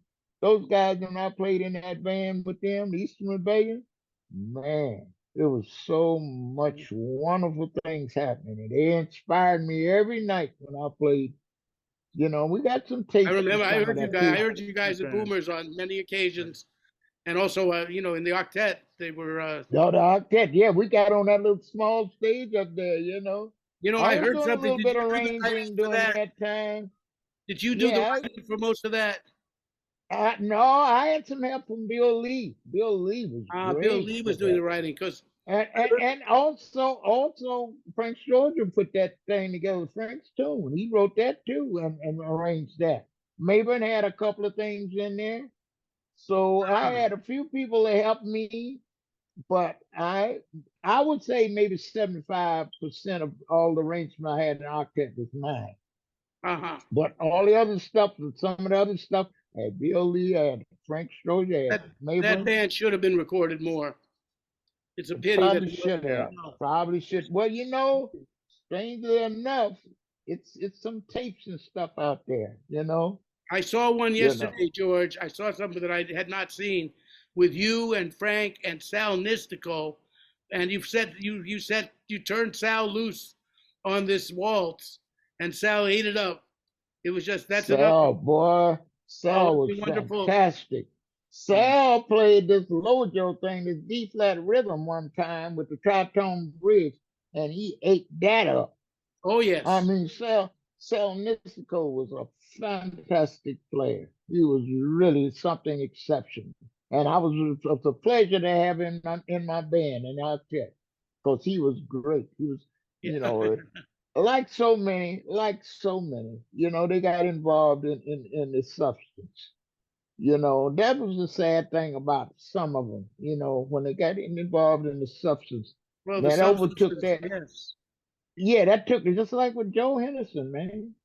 Joe, when I was out there with him on a concert, me and him and the other tenor player, a great tenor player. Anyway, we went on a Griffin. concert in Houston one time, and Joe Lovano, me, Joe Lovano, and Joe Henderson. We went on the thing, and Joe was on the plane, and every few minutes he's going in the bathroom. And I knew we was in there for some reason. He was doing his thing. Yeah, that was So, his thing. those guys, they love dope, man. Well, here's And a funny. with me, Bob, I mean, it was a trend. It was a thing back in the day. Guys going in the bathroom with a spoon, with the little containers, the little glass containers with the Coke and all of that shit. Man, The one thing that saved me though, Bob, I'll tell you this. When I would get out of the clubs, I'd be right back in the gym working out. you And the always people worked used, out. I remembered that about you. well, and the people used to look at me and said, "Man, this guy's ripped." I mean, just bulging pecs, bulging. I had 17 and a half, 18-inch arms. I had biceps. I had pecs. I had strong legs because I was doing presses. I was doing leg presses with that I would not have 500 wanted to pounds. meet you in a dark alley. Man, and strange enough, sometimes I get a challenge. I would And you're get still here when a lot of folks are not. well. You would get a challenge. That was attributable. And when I would be out partying, I'd be drinking, doing blow, smoking, I and remember doing I was at those parties weed. too. Now I would never smoke cigarettes, but weed I was smoking. I still do. Anyway, so what I would do is when I would do all this partying with my boy Danny, we'd be up there with girls lined up on the floor in his apartment uptown. When I would finish, they would still be there about 6 a.m. in the morning. They said, "Where are you going?" I said, "Man, I'm going down the East River and run there a mile or so." So that's what I would do. I'd leave the party, and after, dealing with the girls and stuff and all of the weed and the dope and shit that we were doing, I'd go down there and run. I'd come back home, Spread it out. sweat it out, lay up in the bed, look up at the ceiling because you got all this blow in you. You can't go to sleep, and then get ready for the next night.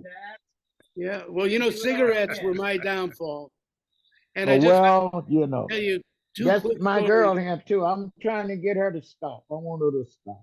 Yeah, you got to stop. I mean, you don't want, but I'm not going to tell you what. I got to sleep in a ventilator for a couple hours every night, and it's a drag. But I'm going to tell you two quick stories now, and then we're going to go. The one story Okay. is Sal Nistico. Sal is in Italy, and he sees this flower that's a type of poppy, and somebody tells him they're in season now. So he realizes that this flower is in season. He told me the story. It's wonderful. And he says he realized that he could make a tea from the poppies in this flower that had the effect of an opiate and was quite Yep. good and was quite good. So he found out this flower. He said, man, you should have seen me. Every town, he was doing a tour of Italy. He said, I'd check into the hotel, and then I'd find a florist, and I'd say, do you happen to have this type of poppy? And they'd say, why, yes, we do. How many would you like? I'd tell him, how many do you have? And so he took a whole extra little suitcase filled with the seeds with these flowers. With the poppies. Yeah, with the That's poppies. something. And he brought them back to Switzerland where he was living at the time. But that was his thing. He said, That's man, why he passed away too. He passed away in Switzerland, didn't he? yeah, he had a brain, a very weird. Because I know Lou. You remember Lou Ornstein, I'm sure. I knew Lou very well. Clifford Jordan, Lou Ornstein, and Dizzy Reese, they always together. They were there. They were there. I would visit him too on occasion, pick up me some weed, and during that time would blow. Because he had a Lou nice was the blow man. contact. Lou was the Yeah, man. he was. Yeah. But I remember I was part of that Yeah. too. The other story, just to finish this off, because we were talking about Stitt and we were talking about God. He would come to Miami. Whenever he came to Miami, there were the twins down there, the Castellanos, two piano players, Dolph and Tony. And they were both great. And Tony, especially, was close to Sonny Stitt. So Stitt would come down. Wait a minute, Castellano, was he the piano player? Yeah, they were twins, Dolph and Tony. And I remember. I think I remember playing with him with a piano player. Man, he was good too. Oh yeah, they were both very good. He was a bebopper. He was a real great beat player, kind of like Bud. Yeah. Yeah, right. And Tony's gone now, right? But Dolph is still with us. But anyway, so he and Stitt, it was party time. Sonny Stitt loved Tony. He loved Stitt, and each night they'd have a beautiful, dinner, and then they'd go to the club and they'd play for hours. And they both are they're drinking the cognac and doing the blow and having a good time and this and that. Then they go to Stitt's hotel room and they'd keep doing it and they'd talk and they'd have deep talks. So when Stitt got a certain level of intoxication going, he liked to turn to the subject to God and to spiritual matters. He enjoyed discussing this. And Tony was the kind of guy, he would go to a Yogananda retreat and be fine. And then he'd come out of the Yogananda retreat and be swinging from the chandelier in Miami, But anyway, so one night they're sitting there and they're basically having fun, and they got the blow and on the table, and they got the bottle of cognac, and they've already finished the gig and they're still continuing.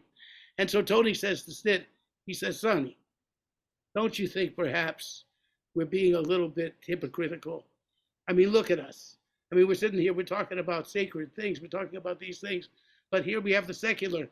We got the blow here. We got to join. All the devil's work. All the devil. He said, we're kind of hypocritical, don't you think? What do you think? So Stitt says, Tony, he says, takes a sip of that, takes a toke. He says, Tony, God understands. Have it. Well, thank you so much for having George on the show today. Thanks for helping me with this, and thanks for your Yeah. We've had a wonderful discussion, my boy. We reminisced. We went back some years, and all of the great things that have happened to us up to this point. And it's really amazing the similarities of our experience that we have experienced through the years. You and I, Bob, we go back, and I'm happy to say that you're still around and you're younger than me. So you got quite a few more years with me. I just play it year by year. I play it year on each day that the Creator gives me on the planet. I'm thankful. Me too. I'll tell you. But one thing I have acknowledged though, and it makes me feel good. I've helped so many people in the world playing this music, He If sure has. not through some of my personal experiences, through records and like that. I've also had a lot of personal experiences with different people from different countries.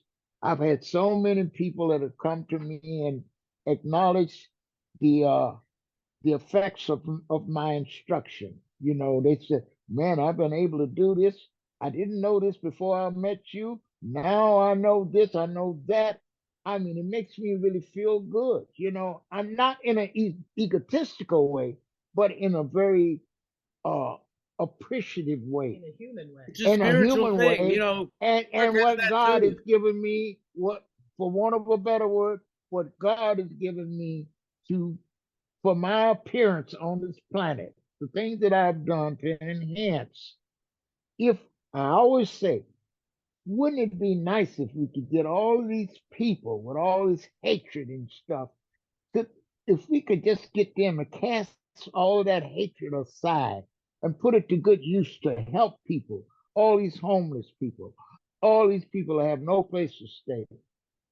Could is isn't kids who are hungry, who don't can't have even have breakfast in the morning? I mean, can't we do something to help this situation instead of all these power mongers and these people who are so selfish? Or Yes, you can. You can combat that. You do, George. You pick up the Well, we horn. do, you know, You heal people. we try, but as Johnny Griffin used to say, what do we got to do with these earthlings? yeah, He said we he weren't was from here. Johnny This is Griffin what my was mother so told me. Johnny Griffin was so philosophical. He was, wasn't He he? was great and such a great player, man. Oh, wow. Johnny Griffin was something, and unique too. Now the Very. thing I used to admire about him, man, is attack. He plays so fast and be attacking those notes, man. Could you imagine that, Bob? How he could play? The only He must articulation have I had. think that He must. equaled He him had was a Sal. snake. He had a snake for a tongue, man. This Yes. guy. And Sal Oh was the man, he only was. guy I knew that could articulate that fast as Griffin. You know, I mean, like in that league of the articulation, you know, That's right. Sal was great, man. Sal was this boy. Man, I'm telling you, it's so yeah, this wonderful the people that we have experienced through our life. And for us to be still around to talk about it, it's really phenomenal. It's well, really hopefully we'll wonderful. have a part time because there's a lot of stuff I still haven't asked you about yet. I want to know about Nikki Hill. I We'll want to get know to it. about Yeah, I'm sure we'll get to a it. lot of But you know, stuff. we've been on Bob, this I call. would love to We've been on. see you. Now, Yeah. are you in New York or in Toronto? I'm in New York. I've been in New York for over 20 years again. That's what I thought. I thought you might be. So we got to hook up. That would be wonderful. I don't usually see people, but I'd see you. You know, where are you That would living? be We'll great. be in touch. We'll be in touch. We'll Yes, be in touch. I You want to. come here. We're gonna hang out, and then we'll go to dinner and lunch or whatever. And Eli will be here. We will hook That up, would be and then wonderful. we'll continue this discussion. And everything is great. It's been wonderful to talk to you, son. I've Really missed you, man. wonderful. I want to I remind have you too. once more They told of your they told me you was appearances. still around. When they told me that, they said Bob moves. Yeah, I said, oh, that's great. Yeah. That's the camera. Let's Oh, remind okay. people one more time of your upcoming performances because I want everybody to come out and hear George Coleman. It's a Yeah, George Coleman, March 1st and 2nd, George Coleman Court Bar, Charles near Boston. And then also March 15th through 17th, New York City, George for all priests. And March 14th through 17th, book for priests. March 1st and 2nd in Boston. Well, thank you. And I want to, Kirk, do you have anything coming up we want to talk about? No, I've kind of been off the scene for a while, dealing with some health issues. I should be back out performing in a few months, hopefully, and have a tour coming up with the Canadian Jazz Collective That's mid-March. wonderful. Well, We'll he be has coming. been really wonderful. He's a tribute to the Canadian contingency of expertise with saxophones and music in general and everything. He and Pat and all the other great performers there Orlovsky, huh? in the Canadian realm. and also here in New York. Everything has been wonderful for us. We've been doing good, and I'm very proud to say that we are still spreading our positiveness and the music and the knowledge. We're giving that to all the young players. I've been fortunate. I've had so many great young players to come to me, and they have really blossomed, and they are really great players. And they have Well, you've been adopted our responsible for a lot principles. of The same beauty. thing that me and Bob have been talking about. All these things that Bob and be talking about music, they have adhered to this kind of approach to it, to the music. And it's been wonderful for them. And God bless them all. And God bless all our jazz fans and people who have just finally experienced the music of jazz. The lady, one time when I was playing at the Blue Note, the lady was 80 years old. She said, this first time I've heard jazz, and I really love it. He said, I never, before this time when I heard you play, he said, I had never heard jazz. He said, but I really love this great music. So these things, when they come back, when people come back and tell you these things, it really makes you feel good. Doesn't And it? we'd love to Yes. talk more about it with you next We time, will Bob. talk the We're next gonna do time part two. some more. Well, George, this is the truth, and we just try to impart what we know, our little piece of truth, to everybody. Maybe it's a bigger That's piece right. than many people realize. Anyway, it's been That's such a right. joy and a pleasure to talk to you, Eli. It's Thank you, Bob. Thank you, Bob. Thank you, Kirk. Thank you, Kirk. Yvonne. And thank you, Thank you, Jesse. George. Thank you, Jessy, for coordinating all of this, and thank everybody that's watching for watching. And if you enjoyed this conversation, please give us a like. I think that's what they say in social media. Give us a like, and you could subscribe as well, because that really helps us more than you know. It does. Make sure that you like and subscribe, and be sure Like also and to hit that subscribe. notification bell so that you can support your Right, local at Bob Mover organization. Jazz Ability. I think that's what it's called. And At the Bob cre- Mover Jazz Ability. and thanks to the creator for having us to play this wonderful music. Our life has been centered on this great music and the happiness that it brings to people. That's And right. I'm happy to say that through my years of being on the planet playing it, and I started out young, not as young as some people because they started out when they were like toddlers almost. I first picked up a horn when I was 16. And since that time, I've done what I'm doing up to this point. Well, you were Okay, prodigious, thank so you so much. you picked it Thank up you late, so but you were a much, prodigy. listeners. All the best listeners. Okay, I love Thank you, you so George, much. and I love you, you too, George. Bob. love you, Take Kirk. Everybody at care. home, Great to And see love everyone at home, everyone. thank you so much Love for you, tuning in. Jessy, and Please I'm make starting sure, to love you too, Eli. please make sure that you're following George Coleman on Instagram and on Facebook, where you can watch videos and learn more about shows. That's George Coleman Okay. Senior on Facebook, George Coleman. Thank you. Thank you, and have a beautiful day, and God bless All you. right. Thank you, Cheers, man. All the everybody. best. Same to you.